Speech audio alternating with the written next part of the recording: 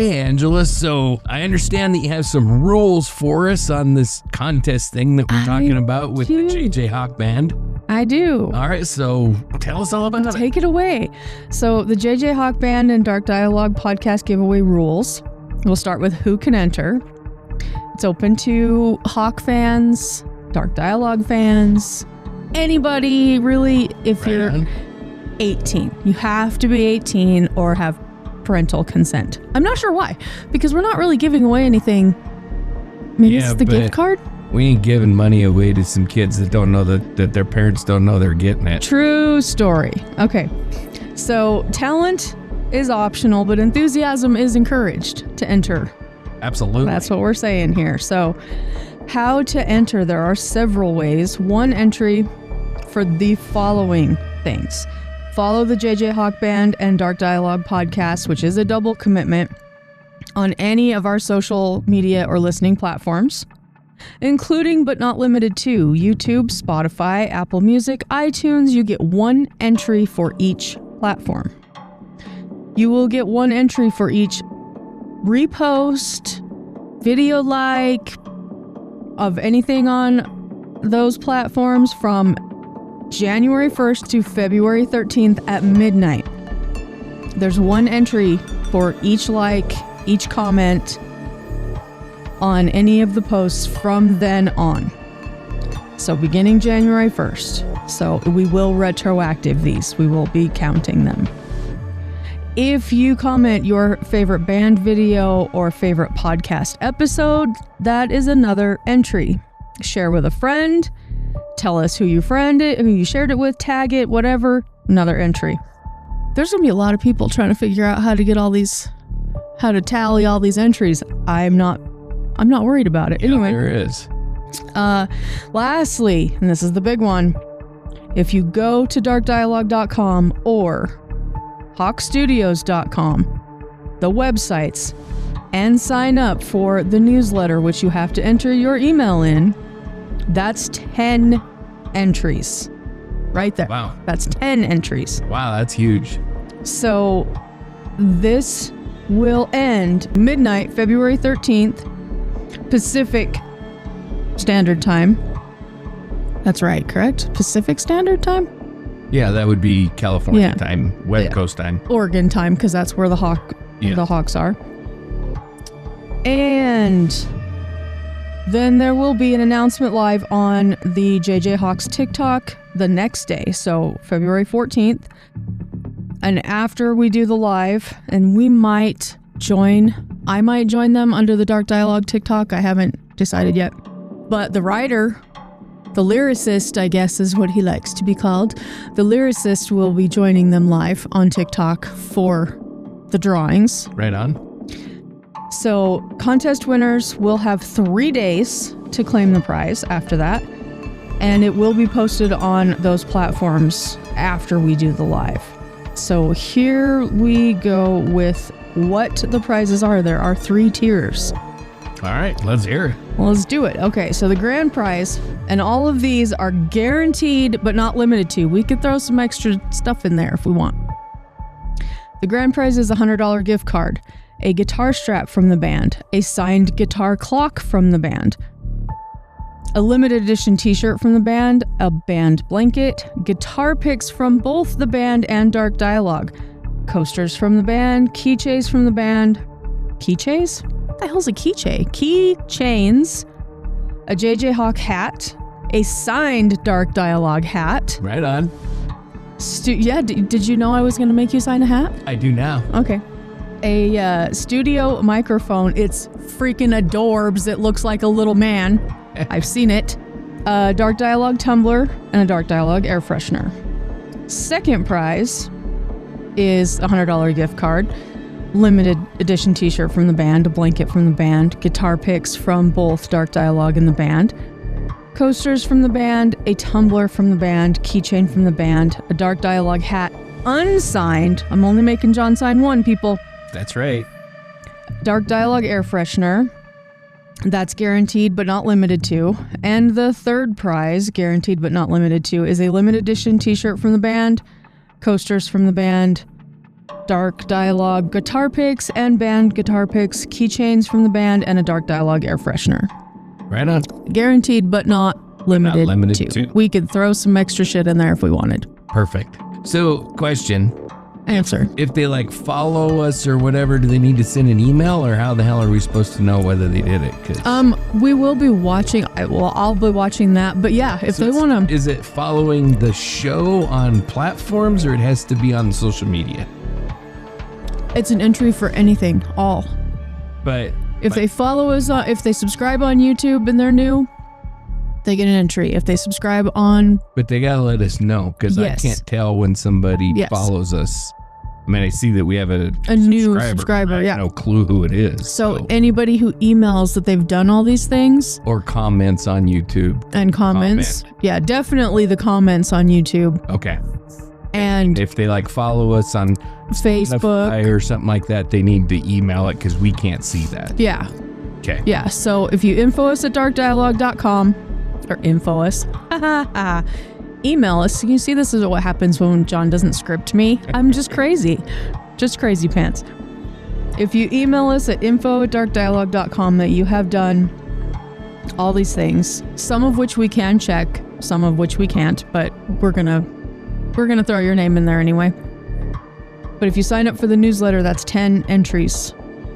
Well, I'll be able to tell. If you grab people and bring them. If we have a new subscriber, I'll be able to see it. Yeah. I just can't see who they are. Yeah. So if you lie to me, I'm going to know about it. Don't lie.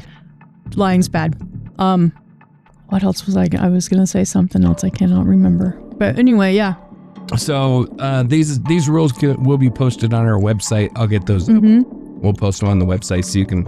I'll post them on Facebook. Read it. Check it all out. Yeah. If you tag friends that would like a song on JJ Hawk, or you tag friends that would like a podcast, that's another entry. Each comment. I'm just going to go with it. Each comment is an entry. You can comment 5 times on one episode. I don't care. Perfect. I'll add it. Okay. Perfect. All right. Anything else? I think that's it. All right. We ready to get on with the show? Let's do. Okay. There are places that feel safe simply because they're familiar. Places where routine does the heavy lifting for our sense of security. A storefront you've passed 100 times, a door you lock the same way every night. A business where people sit in a chair, close their eyes, and trust someone with sharp objects near their face. In Roebuck, South Carolina, the Hair and Tanning Center on Highway 221 was one of those places. It wasn't flashy, it wasn't hidden, it was right where it was supposed to be, along a busy stretch of road surrounded by other small businesses that opened in the morning and closed at night. By the time the sun went down, the day had already made its promises. Appointments kept, conversations shared, hair swept into neat piles on the floor. Dana Satterfield built her life there. She was 27 years old, a salon owner, a mother of 2, someone who balanced schedules and responsibility and the quiet pressure of keeping everything moving forward. The shop wasn't just her workplace. It was an extension of her rhythm, her control, the kind of place where people knew her name and trusted her hands. On an evening of July in 1995, that rhythm didn't break. Nothing about the night announced itself as dangerous. The last hours unfolded the way they always had. Closing time approaching, the familiar sound of doors opening and closing, a knock, a brief interruption from a stranger selling something door to door, the kind of interaction that barely registers, the kind you forget as soon as it ends. And then the lights went out, the door locked, and the salon settled into the quiet that comes after a business closes. A quiet that, on most nights, means safety, a pause between one ordinary day and the next. But something stayed behind. Later, when people tried to explain what happened inside that building, they would point to details that seemed to explain themselves. A confined space, a strap, a water heater tucked into a small back area, the kind of utility corner no one thinks twice about. The kind of place you don't imagine as the final backdrop to a life. Investigators would stand there and study what they saw, and for a moment, it would feel like the answers were close enough to touch, like the scene itself was offering a story. But crime scenes lie in subtle ways. They tell you what happened long before they tell you why. And sometimes they tell you exactly what you expect to hear. Outside the salon, the night carried on. Cars passed, houses glowed with television light. Somewhere nearby, a woman driving through the area noticed movement. A young man, suddenly appearing where he shouldn't have been. A window, a figure jumping, running. It was fast, disorienting. The kind of moment you replay in your head afterward, questioning whether you really saw what you think you saw. She didn't hesitate. She ran to the nearest house and called 911. By the time deputies arrived and entered the salon, Roebuck was about to lose something it didn't realize it had taken for granted. The belief that certain places are off limits to violence, that businesses close at night and reopen in the morning unchanged, that danger belongs somewhere else. Inside, Dana Satterfield was found where no one should have been found, beaten, assaulted, and left hanging in a place never meant for a person. Nothing had been taken, no register emptied, no drawers disturbed, which meant the question wasn't what was stolen, it was why she was chosen. In the days that followed, suspicion moved the way it often does, toward the nearest relationship, the most familiar explanation, fingerprints that belonged, a marriage that had ended, a story that seemed, on the surface, to make sense. But surfaces are deceptive. As leads were chased and eliminated, as composite sketches circulated and tips poured in, the town waited for the moment when the pieces would finally click into place, when the danger would be named and contained. That moment didn't come. The case slowed, then cooled, then settled into the uncomfortable space between solved and forgotten, a place where families stay awake at night and communities live with unanswered questions. And somewhere in Roebuck, the Salon on 221 became more than just an address. It became a marker, a reminder that routine can be interrupted, that familiarity doesn't equal safety, that sometimes the most important details don't make sense until the years later, and sometimes they almost do. Tonight, we begin with Dana Satterfield, not as a crime scene, not as evidence, but as a woman whose ordinary night ended in a way that still refuses to explain itself. Because before there were suspects, before there were theories, before there were answers, there was just a locked door, a quiet building, and a question that would not stay buried. This is the Salon on 221. Hey, Angela, how's it going tonight? I'm good. How are you? I'm good. Yeah. I'm going to be a little jazzed tonight. I'm not sure why. Well, that's good. That's good. It's Friday. That's probably why. Yeah. So, I mean, that's kind of freaking exciting. Yeah. I'm old, so I'm just like, yes, a weekend of crocheting. I understand. I'm pretty freaking boring too. I just write and record and edit and rinse and repeat. Yep. So, yep. Yeah. There's a new country singer out there. She is so adorable. It's disgusting. But she calls herself Yeehaw Mima. Oh, really? Because she's yeehaw in the fact that she's an adorable little country young woman, but she's Mima in the fact that she loves to can and loves to crochet, and I'm adopting some of that. I'm just right like, on. My weekends are Mima weekends now. Well, that's cool. So, yeah. So, are you familiar with this story? You know, it's starting to sound familiar, but only because I think I've seen it on like an Investigation Discovery episode. I know it was done by Forensic Files. I think it's been done on multiple podcasts. It's definitely not like an obscure story. This one has been covered. Yeah, I don't think it was a podcast. I believe it was one of those little episodes of something. I know Forensic Files did it. Outside of that, I'm not entirely sure, but it could have been covered on. There's so many of them out there are so many of them. Well, we ready to get into it? Yeah, I'm ready. Welcome back, listeners, to Dark Dialogue, the podcast where we unravel the shadows of the human mind and dive deep into the mysteries that haunt small towns and big cities alike. I'm your host, John. And I'm Angela, and together we shine a light on the stories that keep us up at night, unsolved disappearances, life stolen too soon, and the questions that refuse to be buried. Tonight, we're beginning a 3-episode series, and this first chapter, we're staying exactly where the story begins, with a place, a routine, and a night that didn't announce itself as dangerous. So I know the where, but not the why yet. Exactly. No hindsight, no conclusions, just what was known when the door closed and the night took over. All right, that already tells me this one's going to unfold slowly. It does.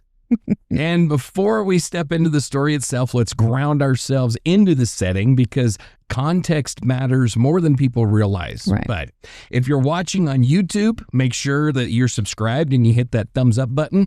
If you're listening on Apple Podcasts or Spotify, a rating or a review really does help keep these stories alive. Say that 3 times fast. A rating or a review? I couldn't say it one time. So. And if you want to support the research and victim-focused work behind the show, you can find us on Patreon or Ko-fi. Every bit helps us keep the dialogue going. All right, Angela. So we get some location information and only the one location. So take us to Roebuck, South Carolina. Take it away. Roebuck, South Carolina is a small, unincorporated community in Spartanburg County, tucked into the upstate region of the state. It isn't a town in the traditional sense. No mayor, no city council, just a census-designated place that exists in the spaces between larger population centers. It sits along well-traveled roads, close enough to Spartanburg to feel connected, but far enough away to keep a quieter, more local identity. As of the mid-1990s, Roebuck was home to only a few thousand people. Even today, the population hovers in the low 2000s. It's the kind of place where most residents recognize familiar faces, at the grocery store where businesses tend to be small and personal, and where violent crime is not something people expect to brush up against in their everyday routines. The roots of Roebuck go back to the late 1700s. The area grew out of farm country and crossroads traffic, with early life centered on agriculture, churches, and stagecoach routes. One of its most notable historical landmarks is Walnut Grove Plantation, an 18th century farmhouse that still stands today. During the Revolutionary War era, the plantation was home to the Moore family, and one of their daughters, Kate Moore, served as a scout for General Daniel Morgan during the Battle of Cowpens. Something I'm sure John would love to tell us about. I don't know anything about it, honestly. Damn it, you're supposed to. Sorry. You let me down, dude. A reminder that this quiet patch of land has seen pivotal moments in American history long before modern highways cut through it. Roebuck itself is named for Benjamin Roebuck, a Revolutionary War officer from the Spartan Regiment. The name reflects the area's deep ties to early American settlement and military history, even if today that past feels distant from the strip malls and roadside businesses that line its main corridors. Geographically, Roebuck covers just over 80 miles, all land. There's no dense downtown, no skyline, just neighborhoods, churches, schools, and a cluster of small businesses that serve the surrounding area. By the 1990s, it functioned largely as a semi-rural bedroom community, with many residents commuting into Spartanburg or nearby towns for work. Demographically, Roebuck in that era was largely family-oriented. Most households were married couples or individuals who had lived there for years, sometimes generations. Income levels and housing reflected a lower middle to middle-class community, stable, modest, and rooted. This wasn't a place known for nightlife or transient crowds. It was known for predictability. And that's what matters most here. In a place like Roebuck, crime doesn't blend into the background. It doesn't get lost in the volume. When something violent happens, especially something deeply personal, it doesn't just affect one family. It ripples outward. It alters how people see familiar places, It changes how safe routine feels. By the mid-1990s, South Carolina as a whole was experiencing higher violent crime rates than it would in later decades. But Roebuck itself was not known as a hotbed of serious crime. Law enforcement for the area fell under the Spartanburg County Sheriff's Office, and most calls were the kinds you'd expect in a small community: disputes, accidents, property issues, which means that when something extraordinary happens here, it doesn't feel abstract. It feels close, it feels personal, and it lingers. That's the place we're standing in as this story begins, a community shaped by history, routine, and familiarity, unprepared for what would break that rhythm in the summer of 1995. Awesome. Thank you very much, Angela. You are so welcome, John. So before she became a case file, before her name was spoken in courtrooms and news segments, Dana Chyleen Fowler Satterfield lived a life that looked, from the outside, very much like the lives of thousands of women in communities like Roebuck. She was born on November 16, 1967, in Spartanburg, South Carolina. She grew up in the upstate, rooted in the same region that she would later raise her children in and build her business in. Public records capture her name changing over time: Fowler, Matheny, Satterfield, markers of different chapters rather than a tidy, linear story. What they don't capture, at least not in detail, are the small, ordinary moments of her childhood. Favorite teachers, school hallways, inside jokes, or dreams that she scribbled into notebooks. Those details are not preserved in any kind of public record, nothing that I could find. But what is consistent across all family recollections and any later reporting is how people described her as an adult. Dana was lively. She was warm. She was easy to talk to. She was the kind of person who made people feel comfortable quickly, the kind of listener who leaned in rather than checked out. Friends and clients alike described her as upbeat and genuinely engaged with the people around her.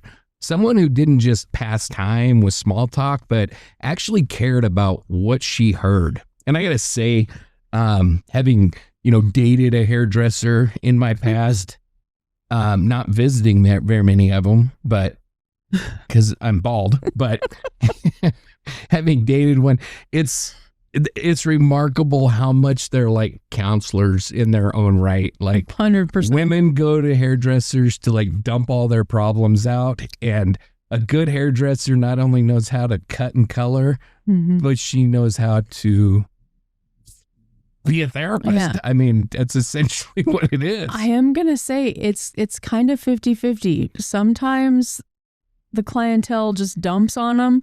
Sometimes they ask for it. Oh yeah. And I think it's not just. And I think that's part of what makes them good is if you have a client that's not really opening up and talking, you have a way of opening them up and getting them visiting about something. And Dana really seems like she had a knack in that area. So, like I say, those traits matter because they shaped the life that she built. So she became a mother young, and not long after high school, she married a boyfriend and had her first child, a daughter that they named Ashley.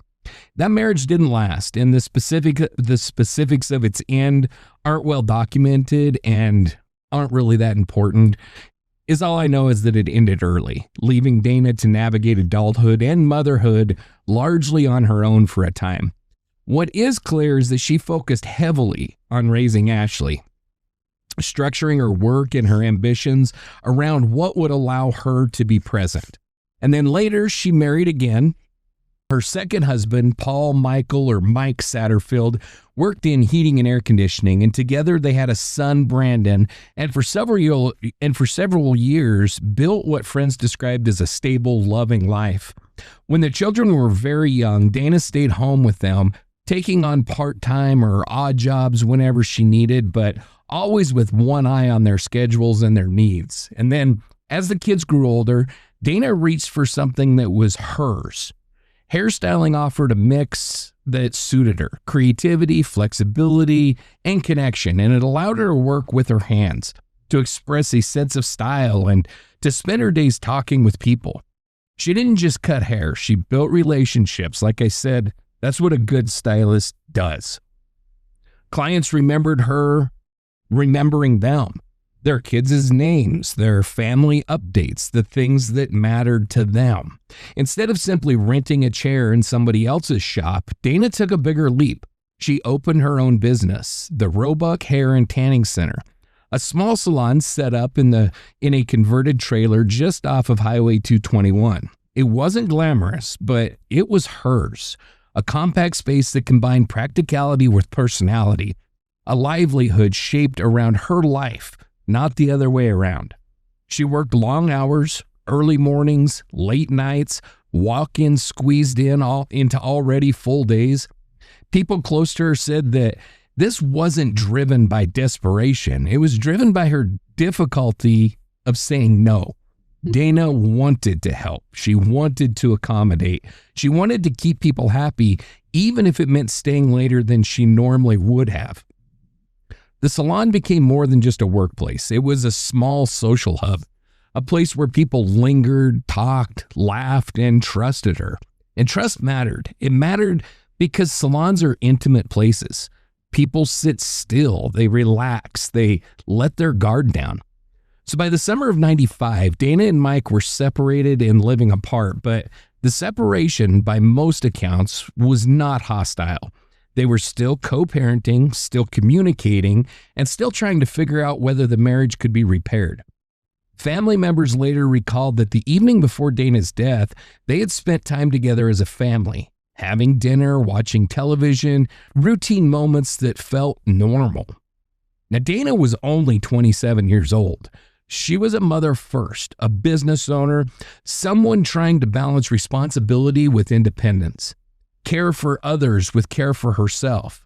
Her life was not defined by chaos or conflict. It was defined by routine, the kind of routine that makes people believe tomorrow will look a lot like today.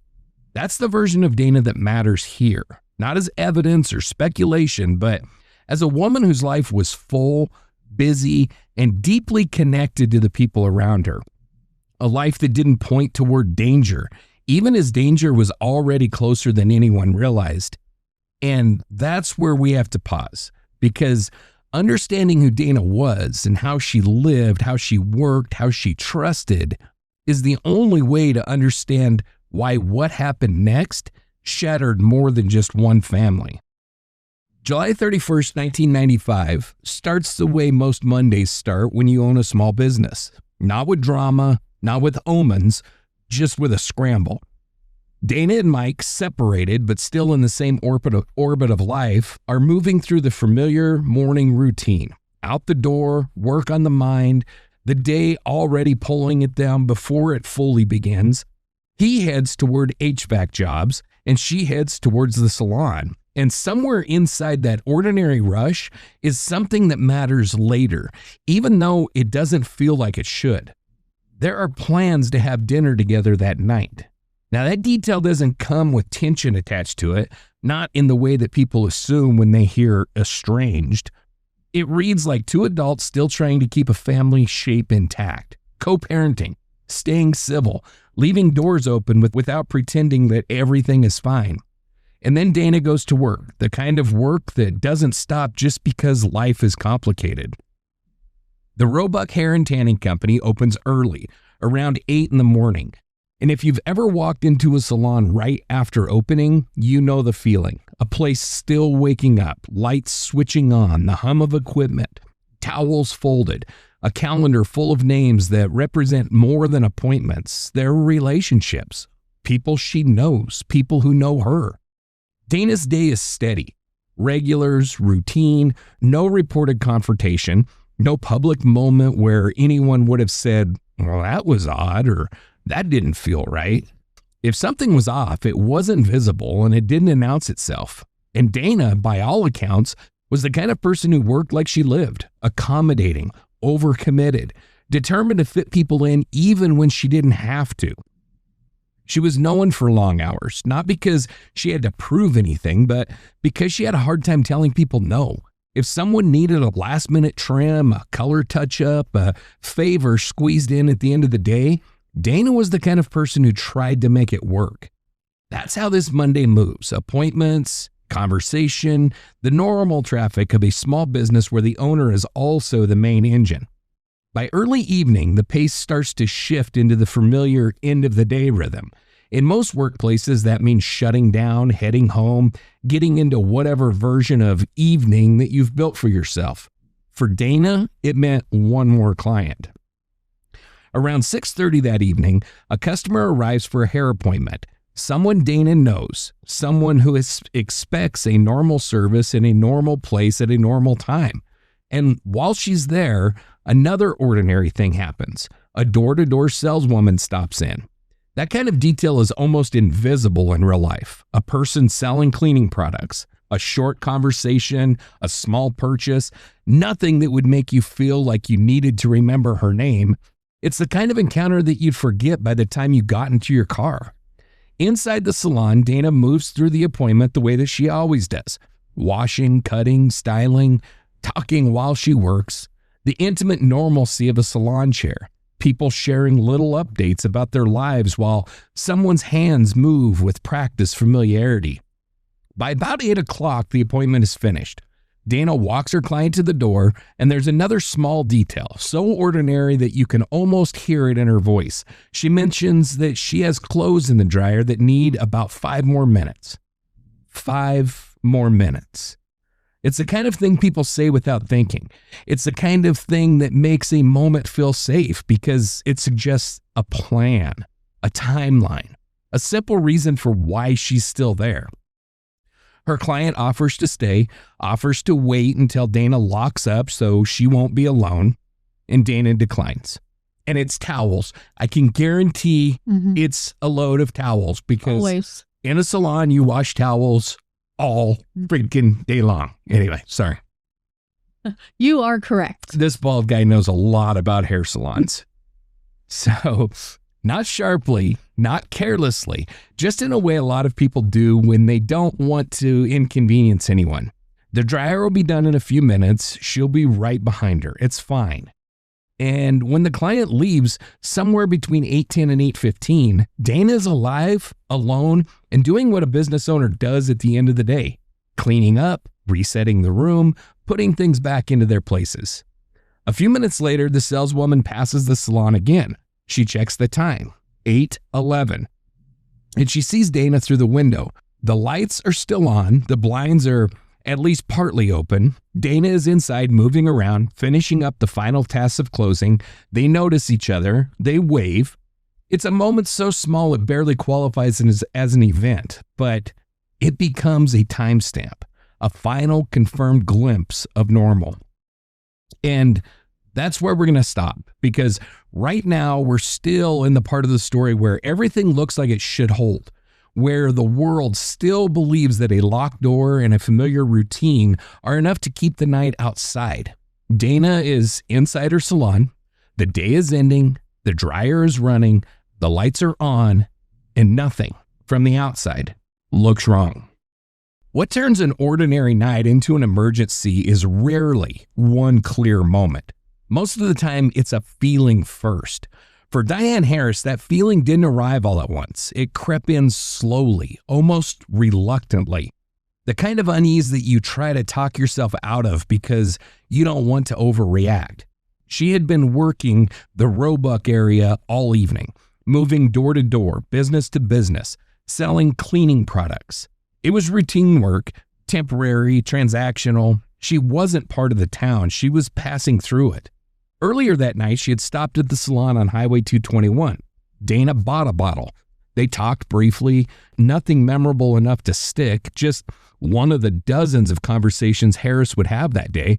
And when Harris passed the salon again a little after 8, everything still looked the way it should. The lights were on. Dana was inside cleaning up. The two women noticed each other through the glass and waved. And that moment mattered, not because it was dramatic, but because it was normal. About 20 minutes later, that normalcy was gone. As Harris made her way back toward the salon to wait for her ride, she noticed the first change.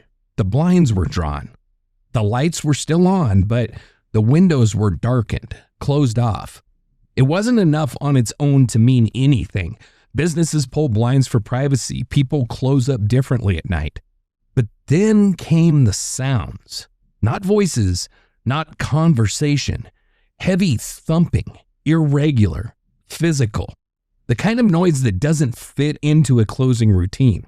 Harris stopped and she listened. And in that pause, that moment when you're deciding whether to trust your instincts or dismiss them, the lights inside the salon went off. And then came the crash, glass breaking, a sudden, violent sound that erased any doubt about whether something was wrong. Harris saw a man come out through the window. There was no confusion about where he'd come from, no mistaking it for a misunderstanding or an accident. Someone had been inside. Someone had just forced their way out. Fear takes over quickly after that. Harris ran. She dropped her belongings without thinking about them. She moved on instinct, circling the building, trying to get away. And that's when they came face to face. Just for a moment, just long enough to register a person, a look, a presence that felt charged with anger rather than surprise. He didn't speak. He didn't chase her. He ran the other way. Harris ran toward help. She shouted into the street. She tried to reach a nearby business, and then she found a house, a private residence, and pushed her way inside, slamming the door behind her, locking it, breathing hard, trying to make sense of what she had just seen. She told the people inside that something was wrong at the beauty shop, that a man had just come crashing out of the window, that the woman inside needed help. They called 911. What went out over the radio was not a murder call. It wasn't even framed as an assault. It was logged as a breaking and entering, a property crime in progress, possibly with the suspect still nearby. That framing matters because when Deputy J.T. Burnett received the call and headed towards Highway 221, he was not expecting to walk into a homicide scene. He was responding to what sounded like a burglary, maybe a suspect fleeing, maybe someone hiding inside. When he arrived shortly before 9 o'clock, the salon was dark. The door wasn't fully secured. A window stood open. A screen lay on the ground where it didn't belong. Burnett entered carefully, weapon drawn, flashlight cutting through the darkness. He announced himself as he moved through the front of the salon. The styling area was empty, but it didn't look like a place that had been closed calmly for the night. Something had interrupted it. He moved towards the back, and that's where the call changed shape. In a small room, it was actually the bathroom, a little bathroom, towards the back of the salon, Burnett found Dana. At that moment, any illusion that this was a simple breaking and entering disappeared. What he was looking at was not theft, and it was not vandalism, and it was not an accident. It was the aftermath of violence. The scene was secured, additional units were called, the tone shifted from response to containment, from assumption to certainty. Word spread quickly through Roebuck that something terrible had happened at the salon. And outside, just beyond the tape, the night kept going, unaware that one ordinary day had crossed an irreversible line. The details of what was found in that back room matter. How Dana was positioned matters. What was disturbed and what was not matters.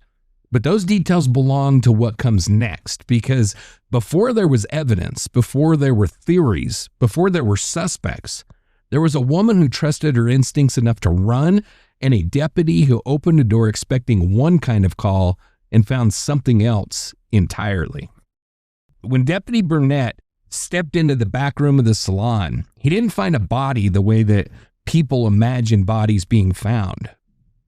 There was no dramatic collapse, no sprawled figure, no sense of motion frozen mid-stride.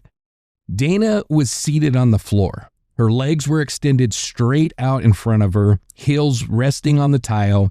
Her back was kind of, so I've seen the pictures, and don't go look them up. They're awful. But she's sitting kind of in a corner, but her back is like against a water heater and possibly kind of against a wall.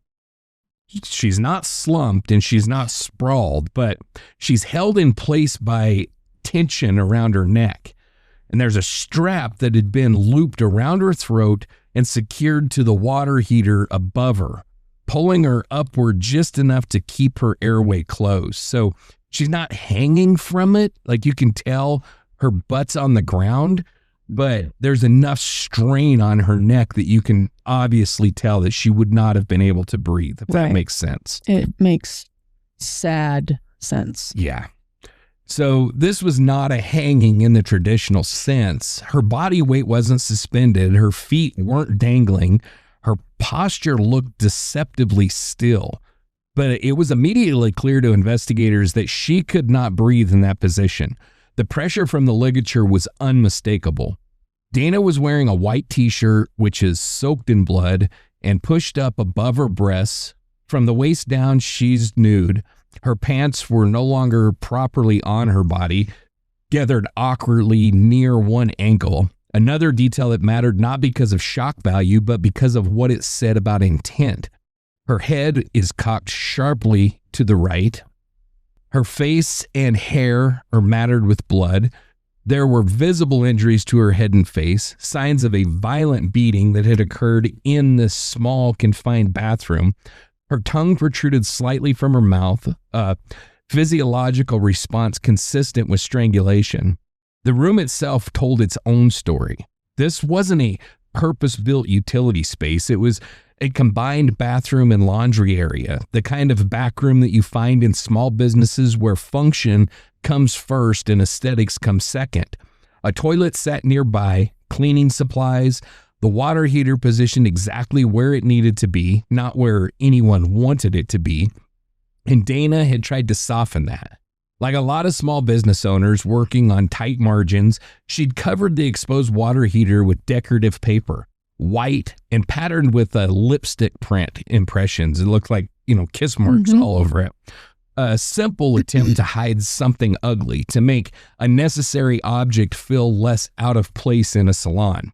And that paper was still there, bright, domestic, and horribly out of context with a murder scene. Right. The violence appeared contained almost entirely within that room. Blood was concentrated there, not tracked through the front of the salon. That told investigators that whatever happened to Dana, it didn't begin out front and spill backward. It happened here, in close quarters, with nowhere to retreat. Nothing in the shop suggested theft. Dana's purse was visible. Credit cards were still inside. Cash remained both on her person and in the salon.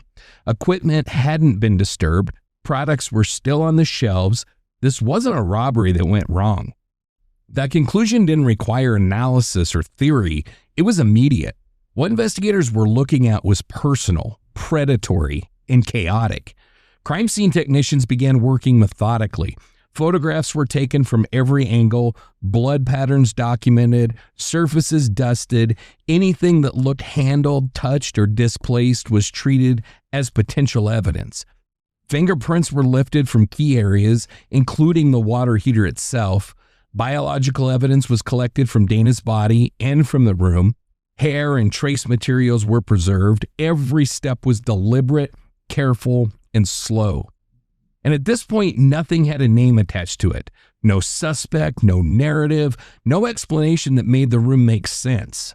Only the facts. A woman who had been alive less than an hour earlier. A space never meant to hold violence. And evidence left behind by someone who had not taken the time, or perhaps didn't know how, to erase himself from the scene. Outside, the salon was sealed off. Neighbors gathered quietly. Word spread in fragments, not details. Police lights reflected off the windows of nearby businesses, turning an ordinary roadside strip into something unrecognizable. Inside the small back room, the night stopped being theoretical. This wasn't fear anymore. It was instinct. It wasn't a feeling that something was wrong. It was a crime scene. And everything that would come later, the questions, the theories, the years of waiting, would begin right here in a space no one was ever supposed to die in. So in the first hours after a homicide, detectives don't start with the most creative theory. They start with the most likely one. And not because it's convenient, because it's statistical, because time matters, because when a woman is murdered, the most common answer is also the closest. The person who knew her, who lived with her, who loved her, left her, or was being left by her. So in Roebuck, in the summer of 1995, investigators did what investigators are trained to do, and they started with Mike Satterfield. So Dana's estranged husband. They were separated, living apart. They were still connected through the kids, still spending time together, still making plans, including dinner that very night. A relationship dynamic that can be either ordinary and cooperative or quietly volatile. And detectives can't assume which one it is. They have to test it. Then came the detail that on paper looks like a lock. His fingerprints are on the water heater, the exact fixture that the scene revolved around. And in the hours after Dana was found, that fact wasn't a footnote. It was a neon arrow pointing toward the one man everyone expects to be looked at first. Because if your prints are found on the object that dominates the room, the object tied to the way that the victim is found, you don't get the benefit of being probably uninvolved. You get examined hard. So while the crime scene was being processed, while technicians photographed the broken window and the interior disarray, while evidence was being collected from the back room, detectives pulled Mike into the earliest, most uncomfortable part of any homicide investigation, the inner circle interview. They ask about the marriage. They ask about the separation. They ask about jealousy, about money, custody, other relationships, the usual pressure points that can turn a domestic strain into violence. They ask the question every investigator has to ask, even if they don't want to. Whether anyone had ever talked about harming Dana or whether Mike had ever thought about it. Then they ask the practical questions, the ones that can either collapse suspicion quickly or tighten it. Where were you? Who saw you? What time did you leave? What time did you arrive? What can be verified? Mike's account was specific enough to check, and that matters because vague stories are where you hide. Specific stories are where you can be caught. At the same time, detectives had to confront another reality. The scene had an escape route, a window. A witness had seen a man come out of it, and that meant that the who did this question wasn't just emotional or relational, it was mechanical. Could Mike physically be that man? Harris described someone younger, average build, mobile, quick, a man who moved through a window and ran. Her description was close range, not perfect, not infallible, but clear enough that investigators couldn't ignore it. And let me just tell you, Mike cannot be described as young, average build, mobile, or quick. A man who can get through a window? He's freaking ginormous, this guy. I mean, he's huge. Like well over 300 pounds. Like he is a big damn dude. So there's the simple, brutal logic of the window itself. A person doesn't exit a small window by accident. Mm-hmm. It takes speed. It takes agility. It takes a body that can fit and move without getting stuck. And as investigators compared the witness description, the escape route, and Mike's physical build, the case against him started to encounter problems that couldn't be argued away with emotion. And you said it was a remodeled trailer. Correct. Yeah, it's like a... So those windows are even tinier. Yeah, this was not like a great big... I mean, yeah. It was like, I think it was a double wide size trailer. Still, those windows are notoriously... Oh, yeah, it's awkward. Mike is not crawling through a window. I'm telling you, if you look the guy up, he is a big dude.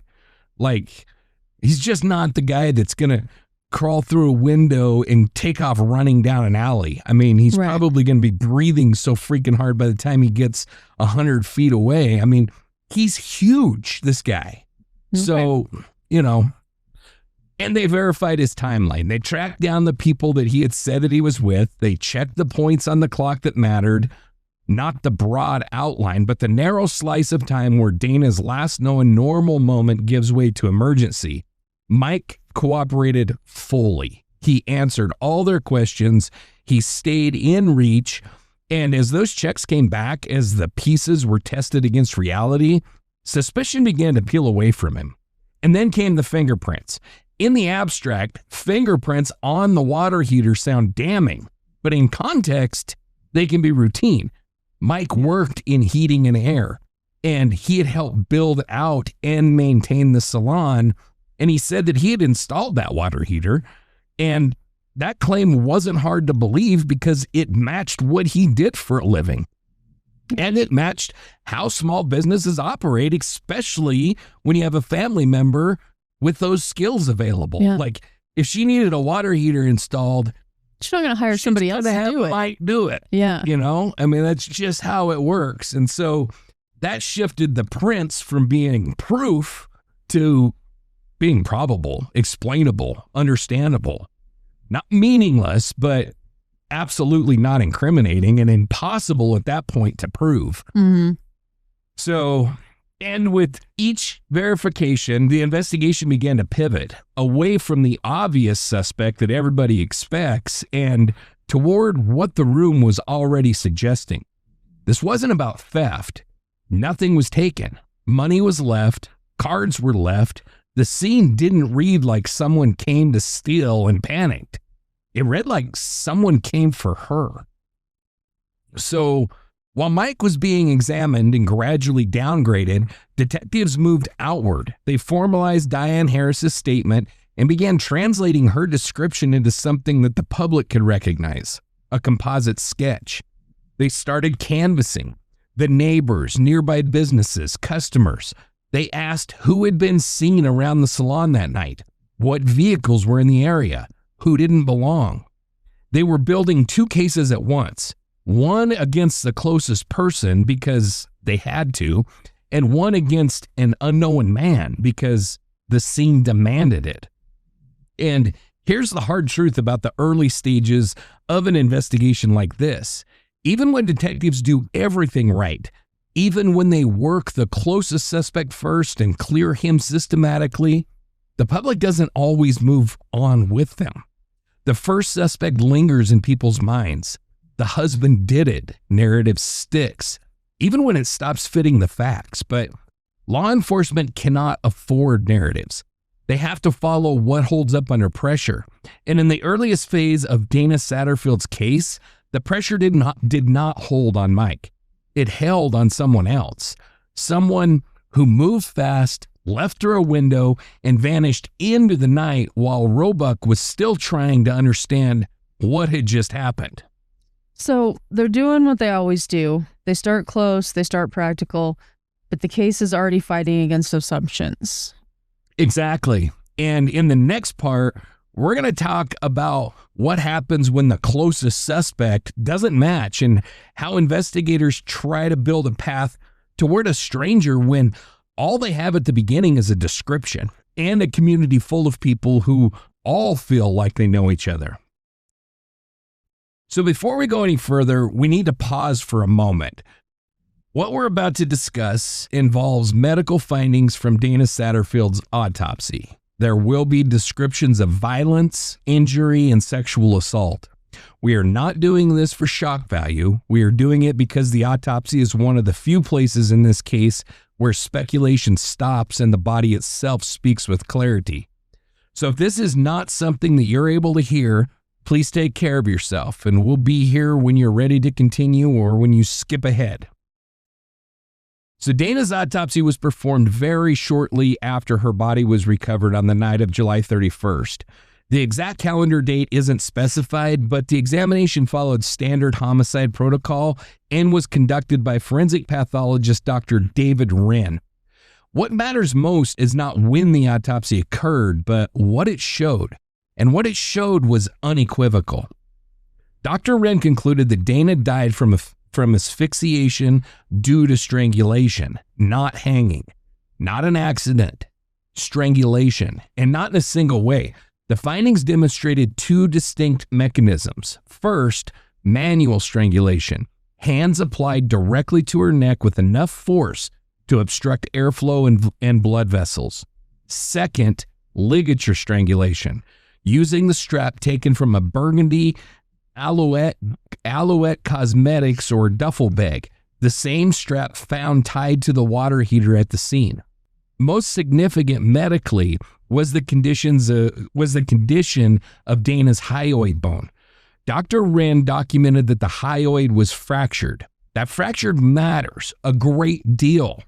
The hyoid is a small horseshoe-shaped bone in the neck that does not break easily. It typically fractures only when substantial external force is applied, most often during homicidal strangulation. It is not a common finding in accidental hangings, and it does not break simply because a body is suspended. In plain terms, the force required to break Dana's hyoid bone strongly indicated that someone's hands had been around her throat. The conclusion was clear. Dana was strangled first, manually, and then with a ligature, and then was suspended. The hanging posture was not the cause of death. It was the final stage of the assault. Strangulation was not the only violence that Dana endured. The autopsy documented extensive hemorrhaging in the brain, indicating repeated and forceful blunt impacts to the head. Dr. Wren described a deep abrasion on Dana's forehead, blunt force injuries to both the front and the back of her head, multiple cuts and bruises on her face, additional abrasions and bruising across her body. These injuries were consistent with a prolonged struggle, not a single blow. The bathroom, laundry room area where she was found was a tight, confined space. Dr. Wren testified that the injuries were consistent with Dana being struck or slammed against hard surfaces like walls, fixtures, that kind of stuff during the assault. Her head position, dramatically cocked to one side, and the protrusion of her tongue were consistent with strangulation and the position of her body after death. This was not a sudden event, it was sustained. Dana was found nude from the waist down, with her clothing displaced. That context made sexual assault a central investigative concern. And during the autopsy, Dr. Wren reported no clear internal genitalia trauma, no tearing or obvious injuries. That absence is important to explain correctly. Dr. Wren testified that it is not uncommon for sexual assaults, even violent ones, to leave little or no internal injury. The lack of visible trauma did not contradict the conclusion that a sexual assault had occurred. A rape kit was performed and additional forensic swabs were collected as part of the examination. The medical findings aligned with what the scene suggested. Sexual violence was part of the attack. The autopsy was not just about documenting the injuries. It intersected directly with forensic work that would become critical years later. Internal standard swabs did not immediately reveal a clear semen sample, but this is where forensic persistence mattered. SLED, or the South Carolina Law Enforcement Division, analyst Lily Gallman later re-examined Dana's body and hair using fluorescent and ultraviolet light, technology that in 1995 was still considered advanced. And under that lighting, Gallman identified semen that had been missed during the standard examination. One decision in particular would change the trajectory of the case. A comb that had been run through Dana's hair during post-mortem processing was examined. Under fluorescence, Gallman identified semen on that comb. She preserved it separately. That preserved biological material would later become the DNA evidence that linked the killer to the crime with extraordinary statistical certainty. The autopsy also documented a foreign pubic hair recovered from Dana's body. That hair did not match Dana or her husband Mike. Later testing showed it also did not match the eventual perpetrator.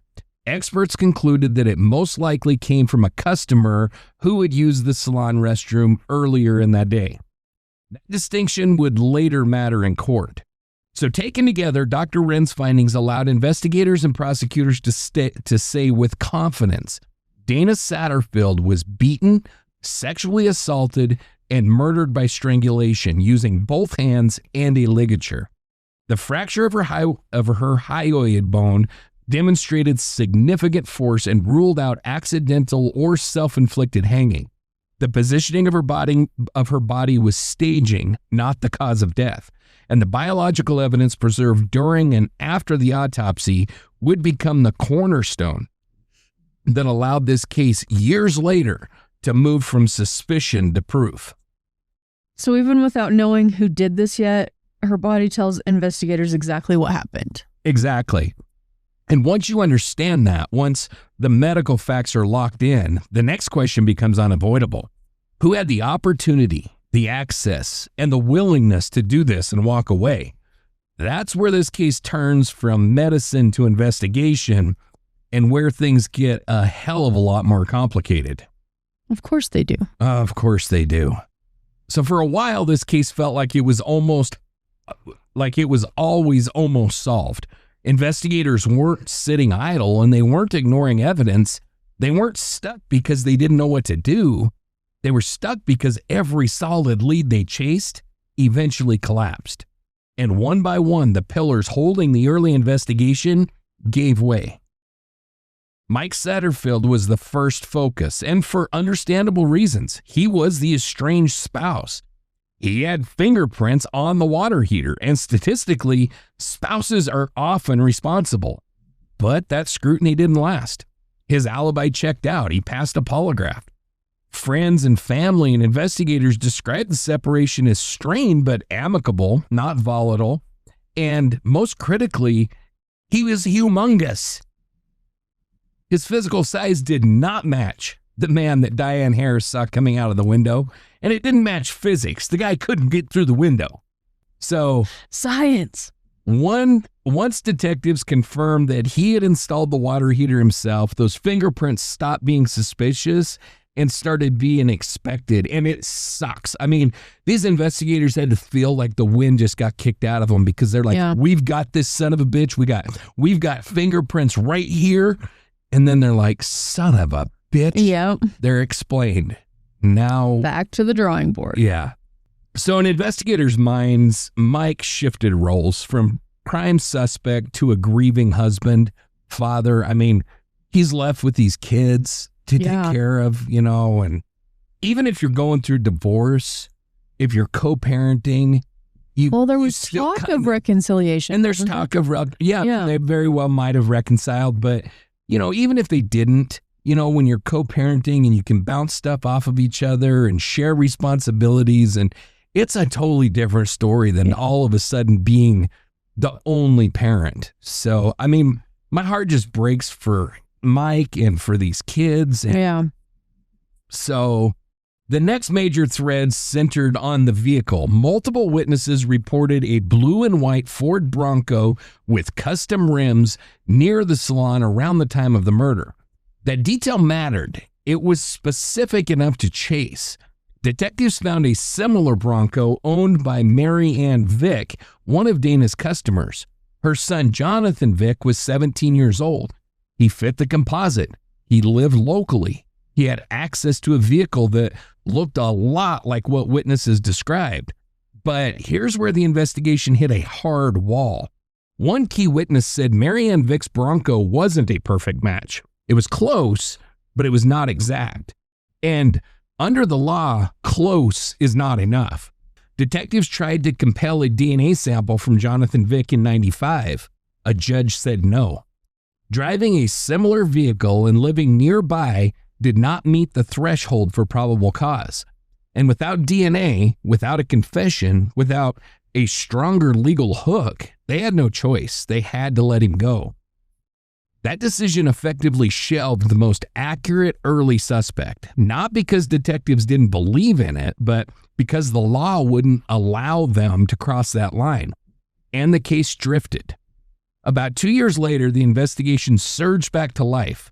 A jailhouse informant claimed that fellow inmate Russell Quinn had confessed to killing Dana. Suddenly, things lined up again. Quinn resembled the composite sketch. He drove a Bronco-type vehicle, and most importantly, Diane Harris picked his photo out of a lineup. For investigators, this felt like momentum. They built toward Quinn as their likely killer, and then the lab results came back. His DNA did not match the semen evidence. Investigator Rick Gregory summed it up bluntly. Science doesn't lie. Just like that, months of work collapsed. They were, in his words, back to square one. That moment mattered psychologically. They had believed that they were closing in, and instead, the evidence wiped the board clean. Over the years, detectives collected DNA from roughly 30 men. Damn. Yeah. Customers, acquaintances, men who fit the sketch, men who'd been in the area. None of them matched. Every negative result reinforced the same reality. The killer was either someone they couldn't legally compel to test or someone just outside their investigative net. The science was there, but the person wasn't. By the late 1990s, the investigation entered what law enforcement calls a cold case posture. The case was still open, still being reviewed, still worked in bursts, but the momentum was gone. A $50,000 reward was offered. Tips poured in. None led to an arrest. By practical standards, the case was stalled, and it stayed that way for nearly a decade. In 1997, Unsolved Mysteries featured Dana's case. It brought national exposure and a brief surge in tips, but no breakthrough. As the years passed, then solicitor Trey Gowdy would later say something telling, quote, "The longer it takes, the more there's a cottage industry of alternative theories," end quote. Without a named suspect, speculation filled the void. Rumors spread. A hired hitman, a jealous lover from out of town, organized crime, a professional killer. None of it fit the evidence. Right. What kind of organized crime is she doing in that salon? Right. In Roebuck. Exactly. But unanswered questions invite imagination. And, it really sucks in a situation like this when, it's got to suck. Don't want to sound like I'm speaking from experience, but when, you're Mike and the whole town is like, oh, he hired somebody. He must have hired somebody. Yeah. You know what I mean? Well, also because the town wants to believe that they're safe. Right. That they're still, it can't happen to them because it was targeted to her. And the fact is, statistically, it's usually the husband, especially when they're going through a divorce or a separation or whatever, it's, Yeah, speculation is interesting. Roebuck had been the kind of place where people didn't lock their doors, but that ended on July 31st, 1995. The brutality of the attack, the beating, the sexual assault, the strangulation, the staging, it rattled even veteran officers. Profilers warned that this was not random. This was a predator, possibly an average guy, someone who blended in, someone who could still be living and working nearby. That idea haunted the community. The composite sketch stayed on the wall of the sheriff's office for years. For investigators, it was a reminder of unfinished work. For Dana's family and for Roebuck, it was worse. Seeing that face over and over without a name attached to it reinforced a chilling thought. The man in that drawing could be standing next to you in line at the grocery store. Yeah. Dana's children, Ashley and Brandon, were just 8 and 6 years old. They grew up with birthdays, holidays, graduations, all without answers. Ashley said those 10 years felt like an eternity. Grief without closure, loss without justice. Mike and the kids lived under a lingering cloud, sometimes sympathy, sometimes suspicion, every time the case resurfaced in the media. Always the same question, always no answer. So it wasn't that the case was forgotten, it was just trapped. Exactly. The evidence never went away. The problem was access. They were standing inches from the truth, but the law, the timing, and the limits of technology kept the door closed until one thing changed. And when it did, everything that they'd preserved finally mattered.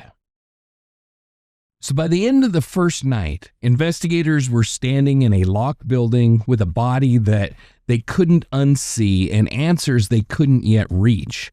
They knew this much. Dana Satterfield did not die because she was careless. She did not die because she made a mistake. She did not die because she trusted the wrong person once. She died because someone knew exactly where she would be. They knew that she would be alone, and they waited for a narrow window when the world briefly stopped watching. In less than 30 minutes, a normal workday became a crime scene. A small-town salon became a place people avoided driving past, and a community that had never thought twice about locked doors suddenly understood what it meant to live with an unseen predator. By the end of the early investigation, the obvious suspect was gone. The husband was cleared. The physical evidence didn't bend to rumor. The man in the window didn't match the man everyone expected, and yet the case didn't move forward. Instead, it stalled. The leads dried up. The science wasn't ready. The law drew a hard line investigators couldn't cross. A sketch hung on a wall. A DNA profile sat in evidence. And somewhere in Roebuck, or passing through it, the person responsible went on living. For Dana's children, time didn't pause. Birthdays came and went. School years passed. Questions grew heavier instead of lighter. And for the people working the case, one truth became harder to ignore with every passing year. They had almost found him, but almost doesn't bring justice.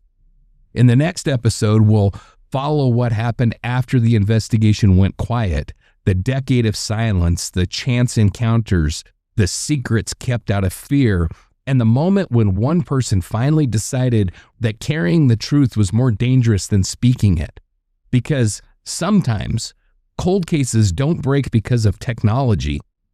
They break because someone reaches a point where they can't live with what they know anymore. This was the Salon on 221, episode 1 of Dark Dialogue, and this story isn't finished yet. Before we begin this victim tribute, we need to pause for a moment. Cases like this move quickly into details, timelines, evidence, and questions that refuse to settle, but this space is different. This is not about the crime itself, and it isn't about trying to make sense of violence. It's about stepping away from the investigation long enough to remember the person whose life existed before everything narrowed to a single night. Dana Satterfield was not defined by the place she was found or by the brutality of what happened to her. She was a mother, a business owner, and a woman who built her life around care for her children, for her clients, and for the community that she lived in. Her days were shaped by routine, responsibility, and trust, not by fear or expectation of harm. As part of how we honor that, we're continuing our collaboration with the J.J. Hawk Band, whose music we use intentionally during select victim tributes. Their work, produced through Hawk Studios, isn't meant to guide interpretation or to heighten emotion. It's chosen to sit quietly alongside remembrance, creating space rather than filling it. The song you're about to hear is called Under Glass Skies. It reflects a sense of enclosure and fragility, the feeling of being visible yet unprotected, of moving through ordinary spaces where danger isn't supposed to exist. It carries the weight of stillness and the quiet that follows when something familiar is broken. As this music plays beneath the tribute, we ask you to listen gently, not to the crime and not to the questions that come later, but to who Dana was, a woman balancing motherhood, work, and independence, still imagining what tomorrow would bring. This is Under Glass Skies by the J.J. Hawk Band. And this is Dana Satterfield.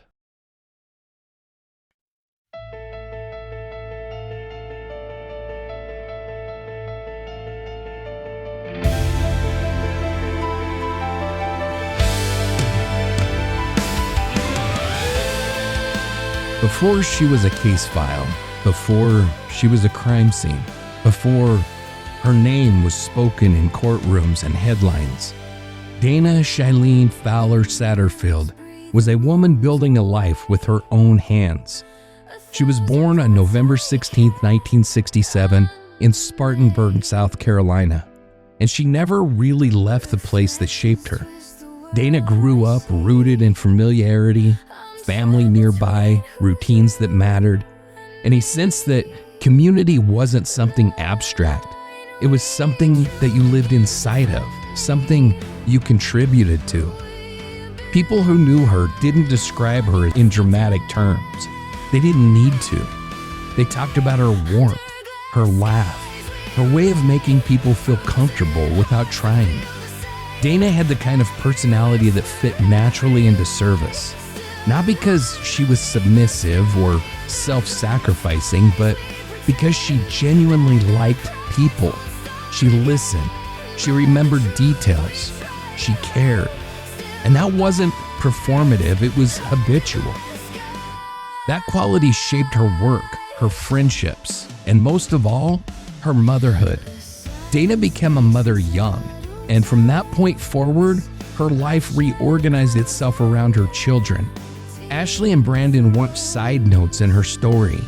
They were the story. Every decision she made, every hour she worked, every risk she took was filtered through one question: will this make life better for them? She didn't chase status, she didn't chase luxury, she chased stability. That's why hairstyling mattered to her, not as a hobby, not as a pastime, as a path. The salon wasn't just a business venture, it was a practical solution, a way to create income, flexibility, and independence while still being present for her kids. Dana didn't want to rent a chair forever. She wanted something of her own, something that she controlled, and so she built it. The Roebuck Hair and Tanning Center wasn't flashy. It wasn't polished. It was functional, welcoming, and human, just like her. A converted trailer along Highway 221, made livable and workable by effort rather than money. The kind of place where regulars felt known, where conversations mattered as much as haircuts. Dana worked long days there, longer than she had to, and not because she was desperate, but because she was accommodating to a fault. She squeezed people in, stayed late, said yes when it would have been easier to say no. That generosity wasn't naivete, it was who she was. Her marriage to Mike Satterfield, like many marriages, carried strain. They separated, but they didn't sever. They were still a family in the ways that counted, sharing meals, co-parenting, trying to navigate what came next without tearing everything apart. Dana wasn't living recklessly. She wasn't running from her life. She was managing it. On the day she was killed, she did exactly what she'd done countless times before. She went to work. She saw her clients. She talked. She laughed. She planned dinner. She waited for the laundry to finish. There was nothing dramatic about her final day, and that's what makes it unbearable, because Dana didn't disappear into danger. Danger came to her. When Dana was taken, it didn't just remove a woman from a room, it tore a hole through multiple lives at once. Ashley was 8, Brandon was 6. They lost their mother in the most violent way imaginable. And then they had to grow up inside uncertainty. Birthdays without answers, school years marked by headlines and by whispers, a childhood split into before and after, with no clean line between grief and fear. And Dana's absence didn't fade, it echoed. In the salon that never reopened, in the family dinners that never happened, in the small town streets that suddenly felt watched. Dana has often been described in terms of how she died: beaten, strangled, assaulted. But that is not her identity. Her identity is the woman who stayed late so someone wouldn't feel rushed, the mother who rearranged her life around her children's needs, the small business owner who built something from almost nothing, the person people trusted because she earned it, day after day. Dana mattered because she was present, because She showed up because she cared. And the cruelty of her murder does not define her worth, it highlights it. In future episodes, we'll talk about justice, about accountability, about the man who was eventually held responsible. But this tribute is not about him. It's about the woman whose life was interrupted, not completed. About a mother whose love outlived her body. About a name that deserves to be spoken with respect, not reduced to a headline. Dana Satterfield was not a footnote in a criminal investigation. She was a person. She was loved. And she is remembered.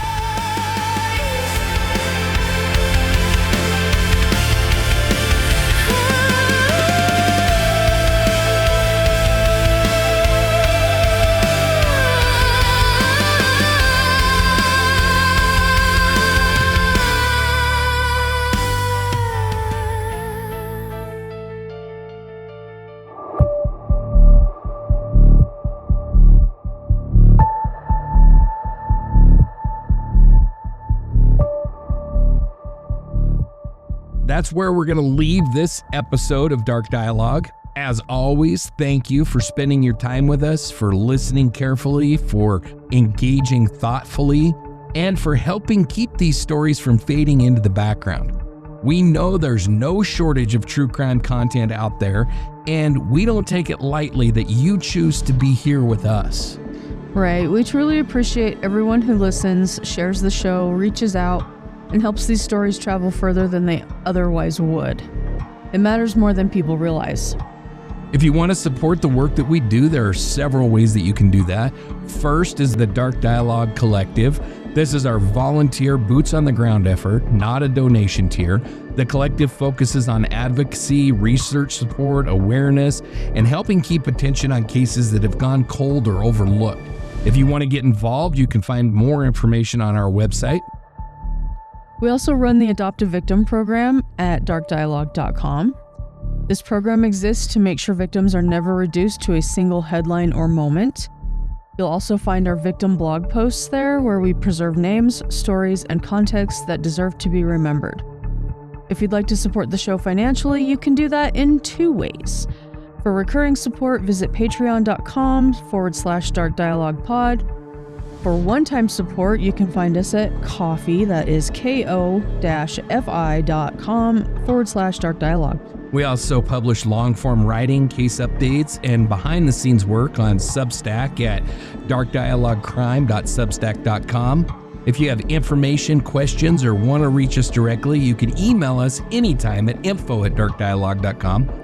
You can also explore the rest of the Dark Dialogue Network, and that includes Rocky Mountain Reckoning, Distilled, Unraveled Truths, Gallows and Gunfights, and the Shadow Chat Sessions. Each show takes a different approach, but they're all built on the same commitment to careful storytelling and respect for the people at the center of these cases. And wherever you're listening, please take a moment to like this episode, share it, leave a review, and subscribe to the show. If you're watching on YouTube, make sure that you're subscribed and you hit that notification bell so you don't miss future releases. And with that said, take care of yourselves, stay vigilant, keep listening, keep searching, and keep the dialogue alive.